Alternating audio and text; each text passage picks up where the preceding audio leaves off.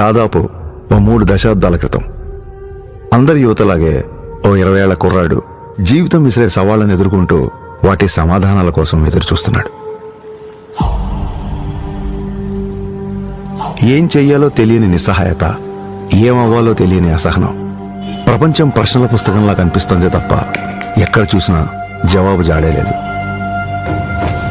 ఇది కేవలం ఆ 20 ఏళ్ల కుర్రాడి సమస్యే కాదు, అప్పటికి ఇప్పటికీ ఎంతో సతమతం అవుతున్న ఎందరో యువత సమస్య కూడా.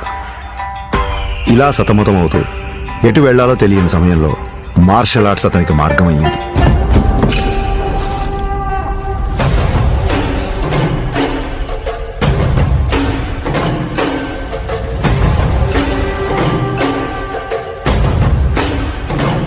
మార్షల్ ఆర్ట్స్ అంటే చాలా మంది అనుకున్నట్టు అవతల వాళ్ళని కొట్టడమో పడగొట్టడమో కాదు.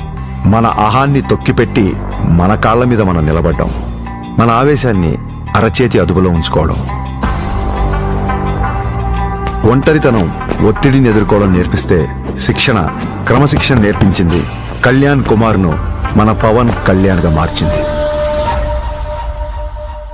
సంవత్సరాలు గడిచాయి, కొత్త దారులు ఏర్పడ్డాయి. అలాగే తన సినీ ప్రయాణం మొదలైంది.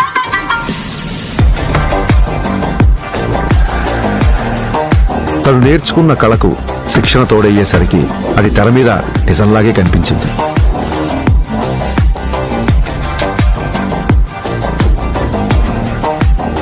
ఆ నిజానికి తన నిజాయితీ తోడయ్యే కోట్ల మంది గుండెల్ని గెలిచింది.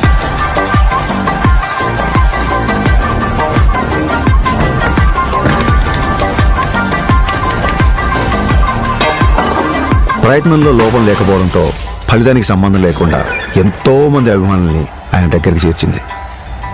కరాటే, కిక్ బాక్సింగ్,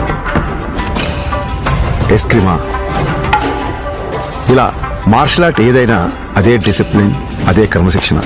వాటిని కూడా తన సినిమాల ద్వారానే జనాలకు దగ్గర చేశాడు.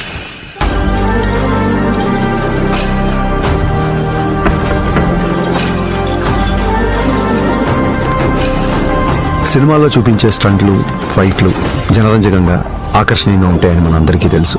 కానీ కళ్యాణ్ గారి సినిమాల్లోకి వచ్చిన తర్వాత ఆ యుద్ధ కళల్లో, ఆ ఫైట్స్లో, ఆ స్టంట్స్లో ఒక హానెస్టీ, ఒక నిజాయితీ, ఒక క్రమశిక్షణ, ఒక నిబద్ధత కనిపించడంతో ఆ మార్షల్ ఆర్ట్స్ అనేవి జనాల్లోకి చాలా వేగంగా దూసుకెళ్ళాయి.